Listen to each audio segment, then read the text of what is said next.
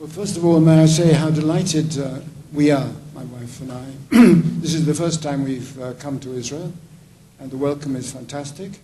And we have lots of old friends here, and we're making many new friends day by day.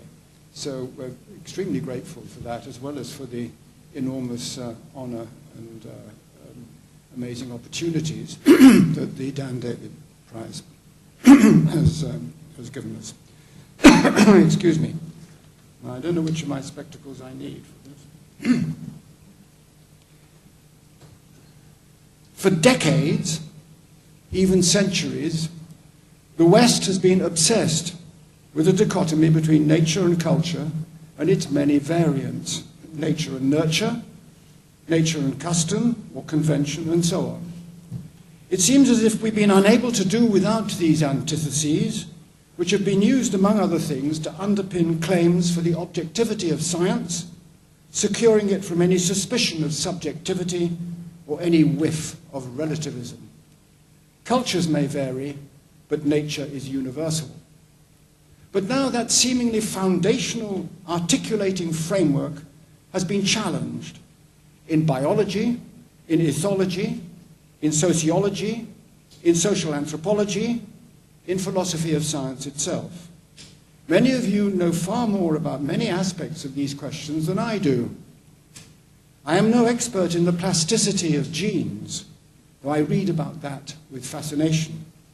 I haven't studied the behavior of non-human animals in the wild or in the laboratory, though again I read with interest about their techniques of communication, social hierarchies, and other points that indicate what may be called their cultural lives and interactions.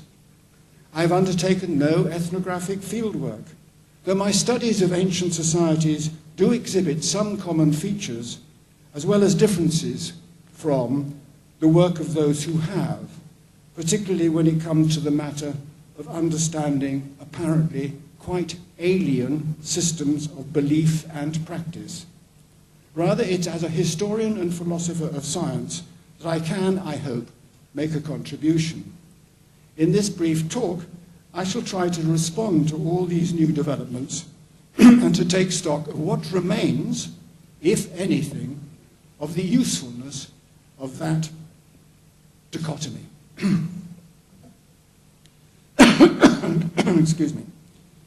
Let me begin with what has been called the ontological turn in social anthropology. I'm not sure how familiar you will be with this, but some pretty radical ideas have been proposed in recent years by Philip Descola and Eduardo Viveros de Castro especially. Both have done fieldwork in Amazonia, but both range widely over the whole domain and tackle the big problems with understanding that anthropology faces. Both, incidentally, contributed to the special number of interdisciplinary science reviews that was devoted to my book, Cognitive Variations. Descola focuses on the very different ideas and practices associated with interiority and physicality that the ethnographic evidence throws up. Interiority relates to personhood, the self, what it feels like to be you, while physicality is a matter of bodies and what things are made of. In each case, the emphasis may be on continuities or on discontinuities between humans and other beings. This double differentiation yields a fourfold schema, for which he uses the labels animist, though not in Tyler's sense, totemism, adapted from Lévi-Strauss, analogism, and naturalism. Thus, in the animist schema, interiority, selfhood, is common. It's not just humans who are persons, while physicality is what differentiates different kinds of beings. We are who we are, and jaguars are what they are, because of the bodies we each possess. In totemism, the continuity between humans and other beings is assumed in both the interiority and the physicality axes. Analogism, which Descola detects in both ancient Greece and China, incidentally, assumes discontinuities on both these axes but sets up correspondences between the domains thus differentiated.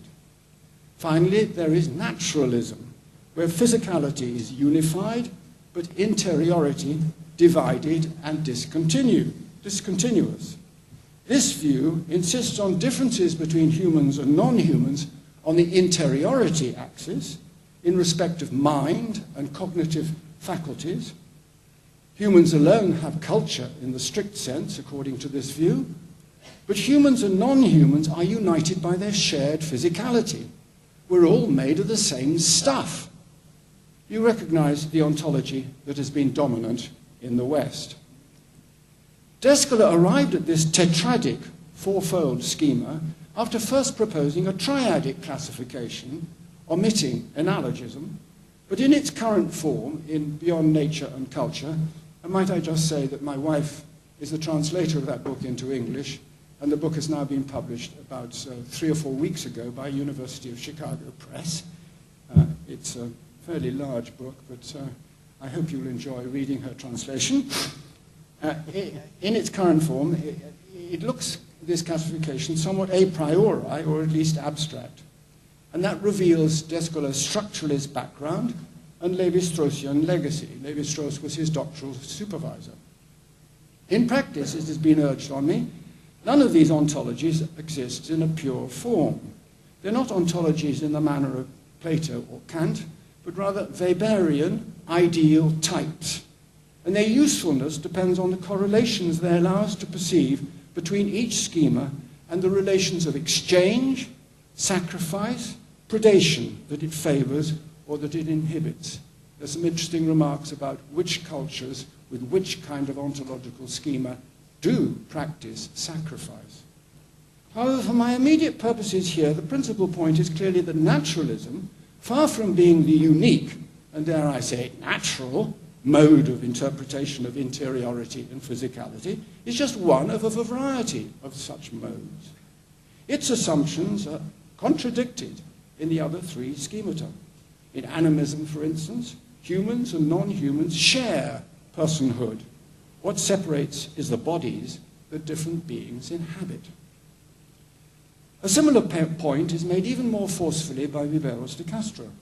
His perspectivism is not part of a taxonomy of schemata, but a bid to recover an indigenous view according to which, while different animate beings see things in the same way, what they see differs. Consider this famous passage reporting beliefs widely held not just in South and North America, but across the world. I quote, "Typically, in normal conditions, humans see humans as humans, animals as animals, and spirits, if they see them, as spirits.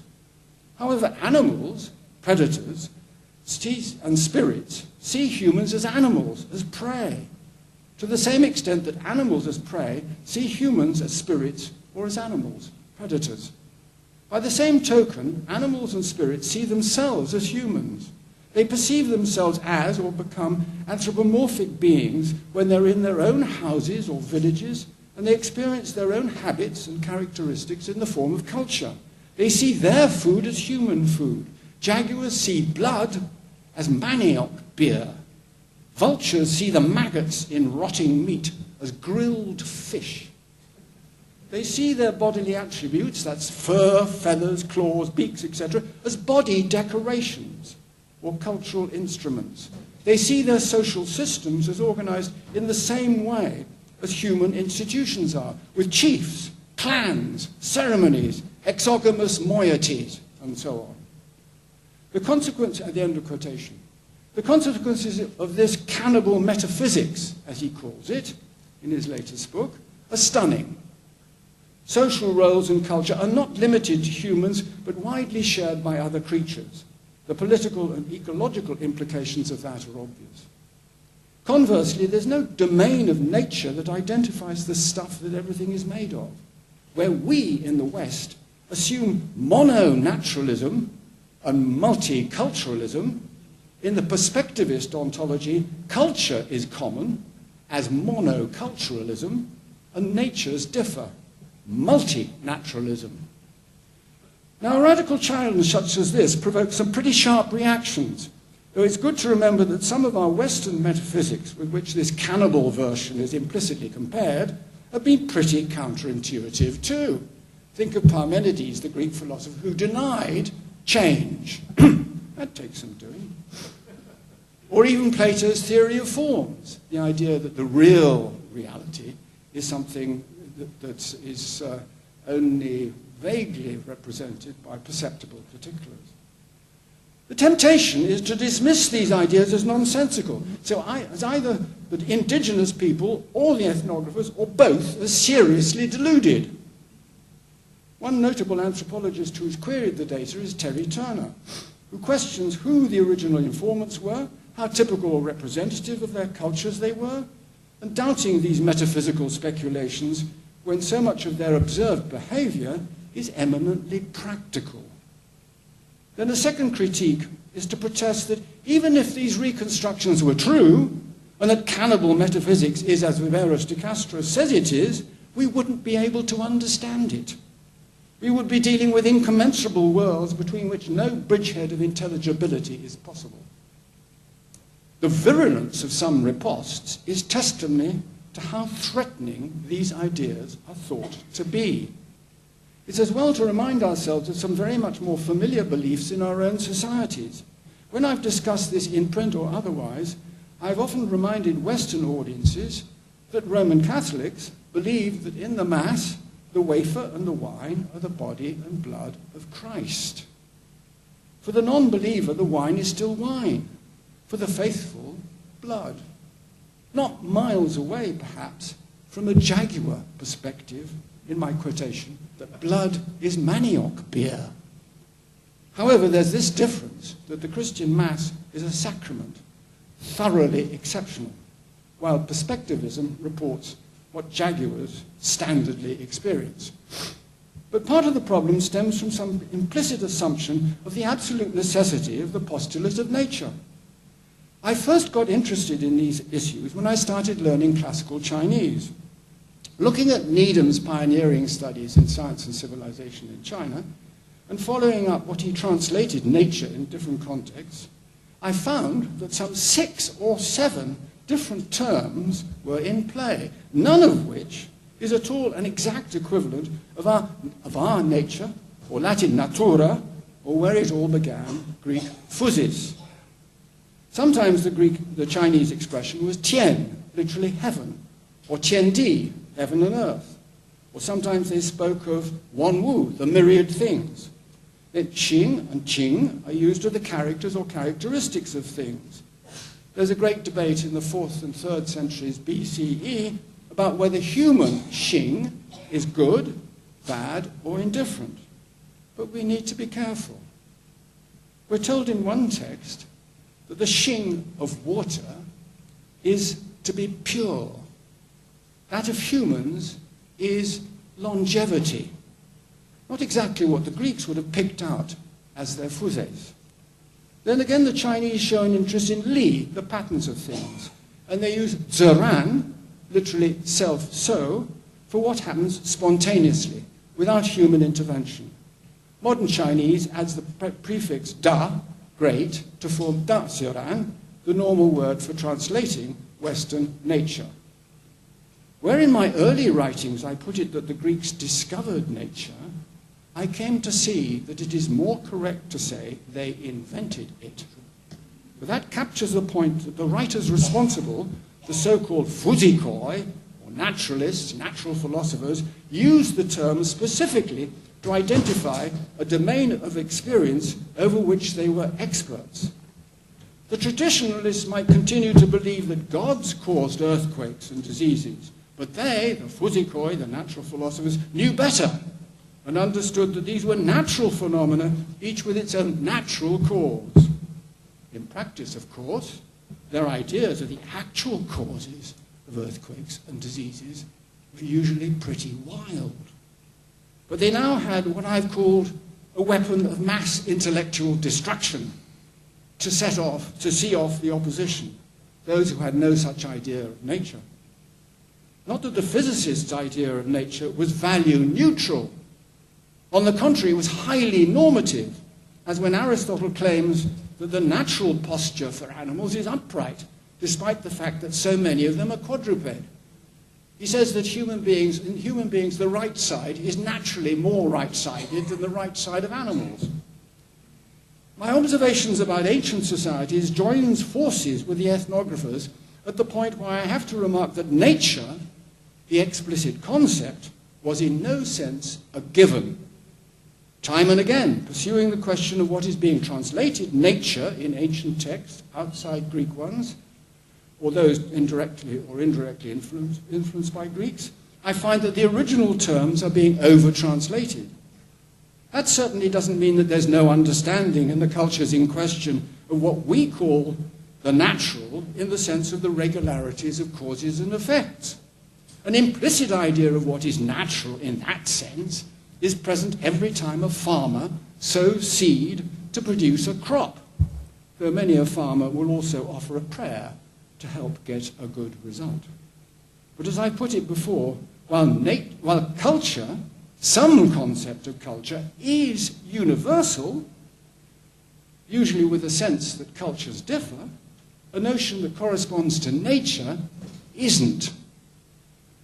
Where does all of that leave us, or at any rate me?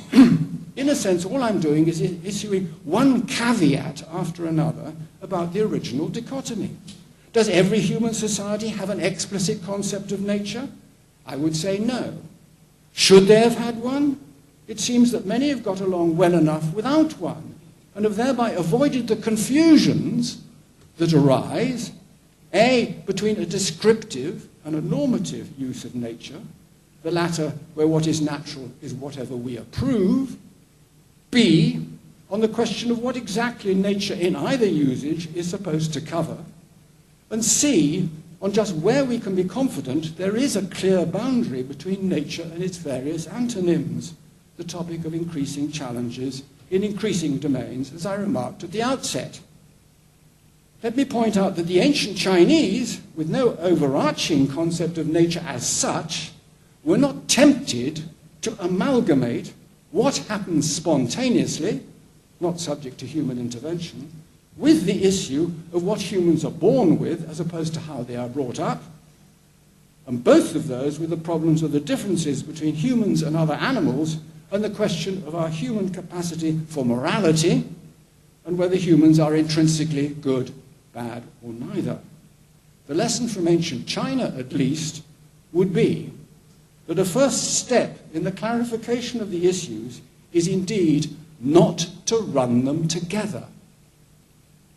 But if we are as abstemious on this issue as I recommend, does that not scupper any claim to objectivity, to have access to reality, to do science? That takes me to my final set of remarks concerning the anthropologically sensitized philosophy of science I would like to advocate. Much like the nature-culture dichotomy, the realist-relativist one has been more of a hindrance than a help. Relativism shouldn't be seen as the bogeyman it often is. We're all relativists whenever we use comparative adjectives or have to admit that a judgment is relative to a point of view. Hotter than is relative to something else or to some standard, evidently. But that doesn't mean that anything goes. We need not be, should not be, relativists in that Feyerabенdian sense. For clearly it's not the case that just anything does go. Nor can anyone ever have believed that, even Feyerabend, or at any rate have acted on it. We're all liable to make mistakes, both a priori, 2 + 2 do not make 5, and empirical. But if we cannot be ultra-relativists, we cannot be naive realists either.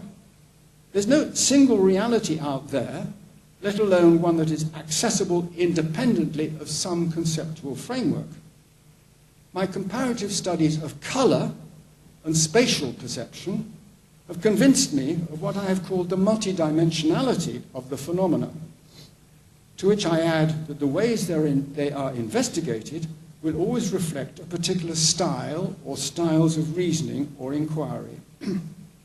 So the realist-relativist dichotomy shouldn't be treated as a dilemma between mutually exclusive and exhaustive alternatives. Nor do I allow the bogey of incommensurable worlds, between which no communication is possible, to deter me. Conceptual schemata differ radically, and not just when we travel to Amazonia. But that's not to say that we can understand nothing of what is being said or done. Understanding is difficult and never perfect. But as students of ancient societies and of modern ones, we can and do have a chance to learn. That we can make a beginning, ponder further, think of the implications, modify our ideas, are pretty good evidence of the revisability of even our deeply held assumptions. As I would suggest, we need to revise those that cluster around that unfortunate complex of the nature-culture dichotomy. Thank you.